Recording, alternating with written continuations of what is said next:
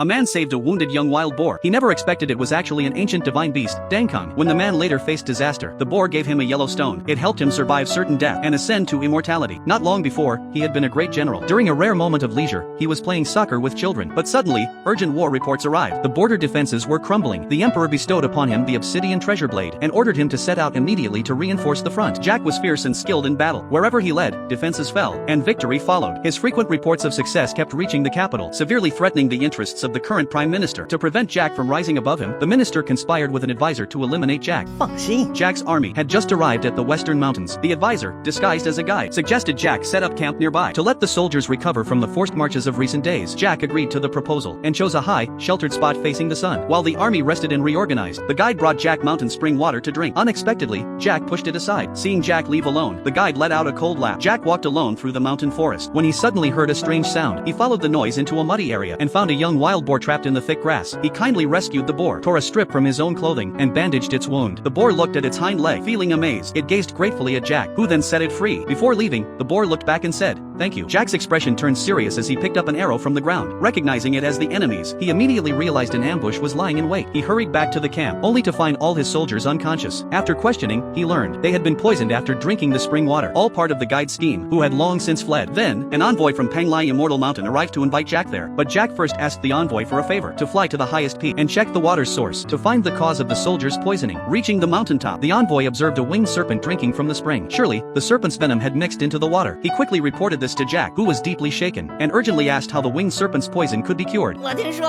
蛇胆可以解蛇毒。 Determined to save his men, Jack decided to fight the winged serpent to the death and obtain its gallbladder. 开玩笑了，你不知道画蛇有多可怕，鳞片比铁还硬，生气的时候叫声能招来洪水，尾巴一扫你就排成肉饼了。 As they spoke, the envoy asked about the obsidian treasure blade gifted by the emperor. Jack unsheathed the blade, only to find it had been swapped for a piece of wood. Furious, he threw the wood to the ground. The guide must have stolen the real blade, so Jack picked up a soldier's sword, still resolved to risk his life against the serpent, and asked the envoy to lead the way. The envoy was puzzled that Jack still carried a tattered fan at such a time. Jack explained it was the only thing his mother had left him, and he was used to keeping it with him. It might come in handy someday. Defying the dangers, Jack began climbing the cliff with his bare hands. The envoy thought he was marching to his death, yet as soon as Jack reached the summit, the winged serpent spotted him.